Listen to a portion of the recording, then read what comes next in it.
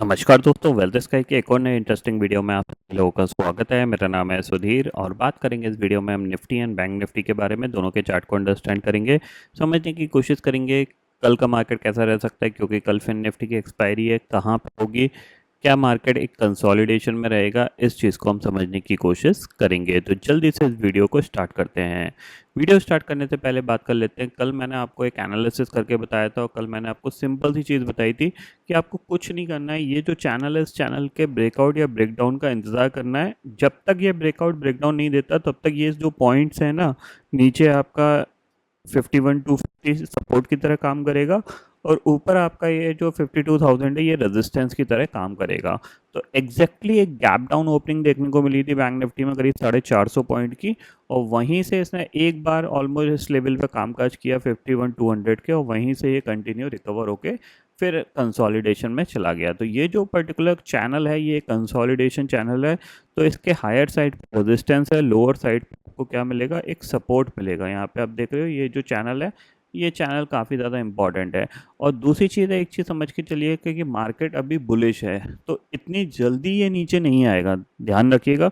तो नीचे अगर आपको कोई भी मतलब एक एरिया मिलता है गैप डाउन ओपनिंग का, या फिर कोई भी सेलिंग आती है, तो वहाँ पे आपको एक बाइंग के बारे में ज़रूर सोचना चाहिए। ये चीज़ मैंने आपको कल के एनालिसिस में क्लियरली बताई थी कि ये जो पर्टिकुलर एरिया है ये एक बाइंग एरिया है। जब तक ये ब्रेक करके नीचे नहीं ट्रेड करता तब तक मैं यहाँ पे बाइंग के बारे में ही सोचूंगा। तो वैसा ही यहाँ पे हुआ, यहाँ पे बाई किया गया और यहाँ पे पूरी रिकवरी बन गई। इवन जो लोग 1 मिनट का हाई और लो को फॉलो करते हैं उन लोगों को भी यहाँ पे बैंक निफ्टी ने अपना 1 मिनट का लो ब्रेक किया। लो ब्रेक करने के बाद यहाँ पे इसने रिकवरी दिखा के अपने हाई का टारगेट यहाँ पे अचीव कर दिया। तो उससे भी आपको यहाँ पे टारगेट मिल गया होगा। अब समझते हैं कल क्या हो सकता है। तो देखो, कल के लिए भी सिंपल सी एनालिसिस है, जो हमने कल चीज़ समझी थी उसी को हम समझेंगे। सबसे पहले हम देख लेते हैं ग्लोबल मार्केट। अगर हम डाउ फ्यूचर्स को देखें यहाँ पे, तो करंटली अगर आप देखोगे तो इंडेक्स फ्यूचर्स में चलते हैं तो करीब डाउ फ्यूचर आपको 144 पॉइंट ऊपर दिख रहा है और नैस्डैक फ्यूचर करीब 7 पॉइंट नेगेटिव दिख रहा है। इवन यूरोपियन मार्केट में भी कह सकते हैं थोड़ा सा आधा आधा परसेंट ऊपर की तरफ कामकाज हो रहा है। तो इसका मतलब क्या है, यूएस मार्केट के अंदर आज का दिन क्या हो सकता है, एक अच्छा दिन हो सकता है वहाँ पे। तो उसका इम्पैक्ट हमें भी देखने को मिलेगा। तो हम हो सकता है गैप अप खुल जाएं, ठीक है। अगर हम गैप अप खुलते हैं तो हम क्या कर सकते हैं, उस चीज़ को हम यहाँ पे समझते हैं। तो सबसे पहले देखो, ऑप्शन चेन डाटा में अगर आप देखोगे तो यहाँ पे क्या दिख रहा है कि 23,500 को बहुत ज़्यादा इंपॉर्टेंट दिया जा रहा है। क्यों? क्योंकि यहाँ पे ये एक राउंड फिगर है, पहली चीज़। दूसरी चीज़ है कि मार्केट कंटिन्यू 23,500 को होल्ड करने की कोशिश कर रहा है। निफ्टी आप देख रहे हो, लास्ट ट्रेडिंग सेशन में भी इसकी क्लोजिंग 23,500 पे आई थी।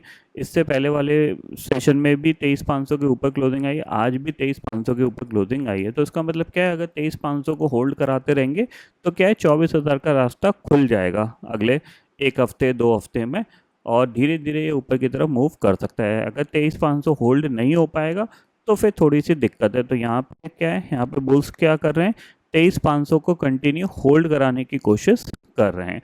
तो अगर आप ऑप्शन चेन डाटा को देखोगे तो 23,500 की जो पुट है वहाँ पे आपको दिखेगा करीब करीब 69 लाख का ओपन इंटरेस्ट खड़ा हुआ है, जो कि कंपेरिजन टू कॉल से काफ़ी हद तक ज़्यादा है, ठीक है।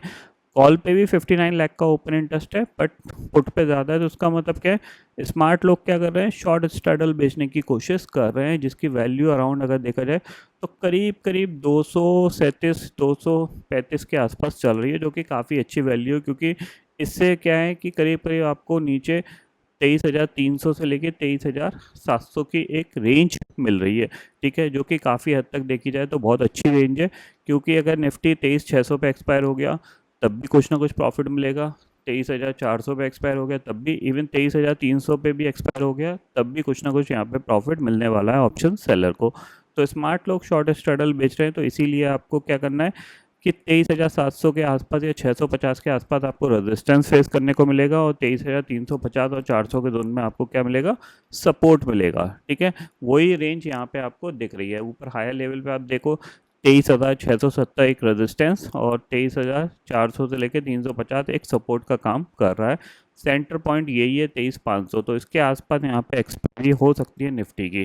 तो ध्यान रखिएगा, अगर ये ऊपर जाता है अराउंड 23,700 के आसपास तो वहाँ से थोड़ी बहुत सेलिंग देखने को मिल सकती है। अदरवाइज अगर आपको नीचे मिलता है 23,400 के आसपास, तो यहाँ पे आपको बाइंग के बारे में सोचना चाहिए। अभी सेंटर में है तो एटलीस्ट 1 पॉइंट के आसपास जाए, तब आपको एक ट्रेड अच्छी मिलेगी। ठीक है, निफ्टी के लिए तो क्लियर है।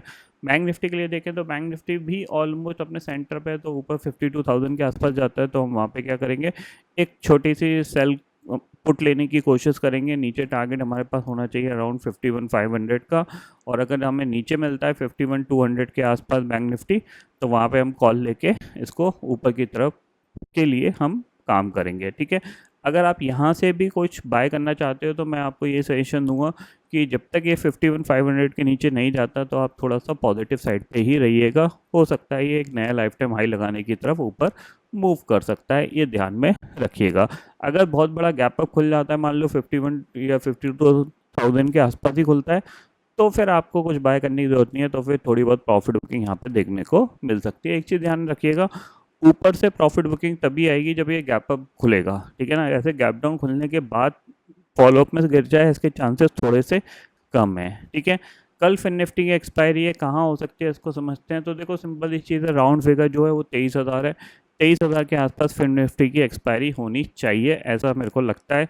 क्यों? क्योंकि यही एक राउंड फिगर है जिसके आसपास लोगों ने अपने शॉर्ट स्ट्रेडल हो गया ज़्यादातर, और आयरन फ्लाई वगैरह बना रखी होगी इसी के लेवल के आसपास। तो अगर ऊपर की तरफ मिलता है अराउंड 23,150 के आसपास मिलता है, तो वहाँ पे मैं एक बार इसको शॉर्ट करना पसंद करूँगा। नीचे की तरफ टारगेट जो मेरा होगा वो यही होगा 23,000 का, ये चीज़ ध्यान में रखिएगा। ठीक है, अगर आप बाइंग साइड पे काम कर रहे हो तो आपको बहुत पेशेंस रख के काम करना पड़ेगा, क्योंकि मार्केट बहुत धीरे धीरे ऊपर आएगा, ये पॉइंट ध्यान में रखिएगा। अगर इसको नीचे आना होगा तो थोड़ा सा तेज़ी से नीचे आएगा, ये क्लियरली पॉइंट ध्यान में ज़रूर रखिएगा। ठीक है, तो फिलहाल मार्केट में ऐसा कुछ है नहीं जिसके बेसिस पे आपको बहुत बड़ा मोमेंटम मिले, आइदर डाउन साइड है आइदर अप साइड। फिलहाल ये रेंज के अंदर कामकाज कर रहा है, तो आप छोटे मोटे प्रॉफिट से ही अपनी पोजीशन को स्क्वायर ऑफ कर सकते हो या फिर एग्जिट कर सकते हो, और उससे अपनी ट्रेडिंग का कह सकते हैं डे भी क्लोज कर सकते हो। ज़्यादा बड़ा लॉस लेने की ज़रूरत नहीं है इन दिनों में, क्योंकि प्रीमियम थोड़ा सा फास्टली डिके होगा, क्योंकि रेंज बाउंड है, ये ध्यान में ज़रूर रखिएगा। ठीक है, ग्लोबल मार्केट की बात मैंने ऑलरेडी आपको बता दी है, फिलहाल दिख रहे हैं पॉजिटिव, तो ऐसा कुछ यहाँ पे दिख नहीं रहा है जिसके बेसिस पे हम समझें कि बहुत बड़ी सेलिंग हमें देखने को मिलेगी। नीचे सपोर्ट मिलेगा आपको, तो अगर नीचे की तरफ आपको निफ्टी में खासकर 23,350 302 के जोन में मिलता है, तो डेफिनेटली आप एक बार ज़रूर बाय करके ऊपर की तरफ होल्ड करने की कोशिश करिएगा। ठीक है, तो आई होप दोस्तों ये पर्टिकुलर डाटा आपको समझ में आ गया होगा। दोस्तों फिलहाल इस वीडियो में इतना ही है। आई होप ये वीडियो आपको पसंद आएगा। वीडियो पसंद आता हो लाइक और शेयर जरूर करिएगा, और चैनल को जो सब्सक्राइब कर लीजिए, क्योंकि मैं सुधी लेके आता रहूँगा हर दिन आपके लिए नए नए वीडियो। इसी के साथ शुक्रिया दोस्तों, जय हिंद।